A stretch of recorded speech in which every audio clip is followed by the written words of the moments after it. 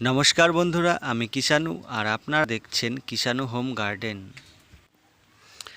आमी मात्र 10 टाकार कलमी शाकेर बीज किने एने बाड़ीते रेखेछिलाम एबं आर्धेक बीज आमी एई माटी भालो करे खुঁড়ে फेले दिएछिलाम और आर्धेक बीज एखोनो रयेछे।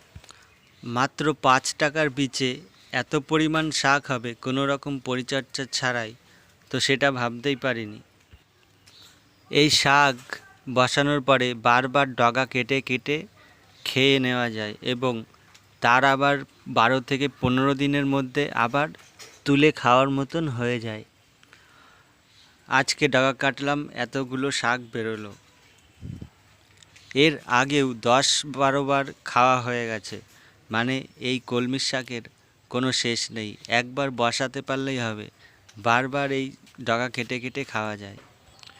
আর বাজারে যে কলমির শাক পাওয়া যায় সেই কলমির শাকের থেকেও 10 গুণ ভালো খেতে এই বাড়িতে তৈরি করা শাকগুলি।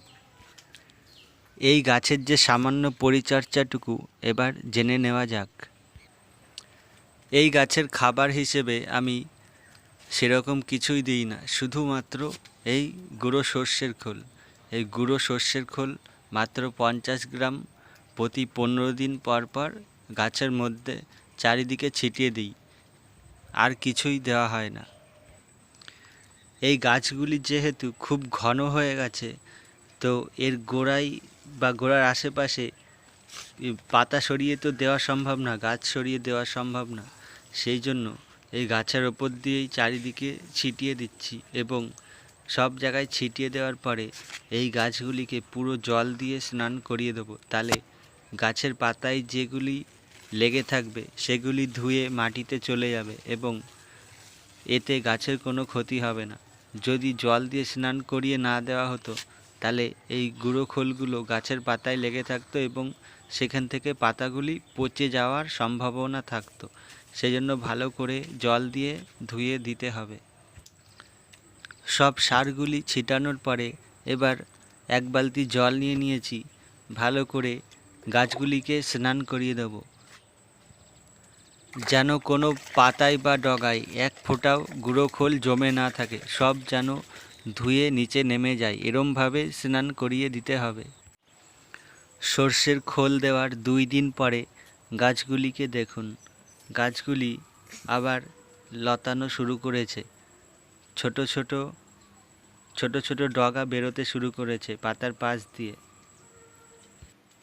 প্রতিটি পাতার পাশ দিয়ে এরকম ছোট ছোট ব্রাঞ্চ বেরোতে শুরু করেছে মাত্র 4 দিন পরে, কেটে ফেলার 4 দিন পরেই। আপনারা যখন এই কলমি শাক কাটবেন তখন এরকমভাবে কিছুটা অংশ নিচের দিকে রেখে দিয়ে তারপরে ওপর থেকে ডগাটি কেটে নেবেন, তাহলে সেই নিচের দিক দিয়ে আবার ব্রাঞ্চ বেরোবে এবং প্রচুর পরিমাণে শাক আবার পরে তুলে খেতে পারবেন। এই আপডেটটি আরও 2 দিন পরে, অর্থাৎ গাছগুলি ডগা কেটে ফেলার 6 দিন পরে। 6 দিন পরে আবার প্রচুর পরিমাণে হয়ে গেছে এবং প্রচুর ব্রাঞ্চ বেরিয়েছে। ভালো করে দেখুন, ডগাগুলি মাত্র সার দেওয়ার 4 দিন পরেই এত বড় হয়ে গেছে। এরকম তাড়াতাড়ি আপনাদের গাছও গ্রো হবে, কিন্তু এই গাছ অবশ্যই রোদ্দুরে বসাতে হবে, প্রচুর পরিমাণে রোদ্দুরের প্রয়োজন। এই গাছ এত তাড়াতাড়ি গ্রো করতে হলে অবশ্যই রোদ লাগবে। এটি আরও 4 দিন পরে, অর্থাৎ পুরোপুরি 10 দিন পরে। 10 দিন পরে এই গাছগুলি দেখুন কত বড় হয়ে গেছে। আর মাত্র 4-5 দিন রেখে দেওয়ার পরেই আবার তুলে খেয়ে নেওয়া যাবে, এতটাই বড় হয়ে গেছে এবং কোনো রকম পোকামাকড়ও লাগেনি। এটা আরও 4 দিন পরে, পুরোপুরি 14 দিন পরে গাছগুলি আবার তুলে ডগা কেটে খাওয়ার মতন পজিশনে চলে এসছে।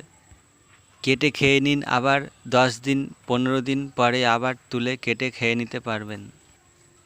এইটুকুই পরিচর্যা করুন এবং বারবার এই শাক কেটে কেটে খান। ভিডিওটি ভালো লাগলে অবশ্যই চ্যানেলটিকে সাবস্ক্রাইব করে পাশে থাকা বেল আইকনটি প্রেস করে রাখবেন এবং আরও নতুন নতুন ভিডিও পাওয়ার জন্য এই চ্যানেলটির সাথে থাকবেন। বন্ধুরা সবাই ভালো থাকবেন, সুস্থ থাকবেন। দেখা হবে আবার পরের ভিডিওতে। আজকের ভিডিওটি এখানেই শেষ।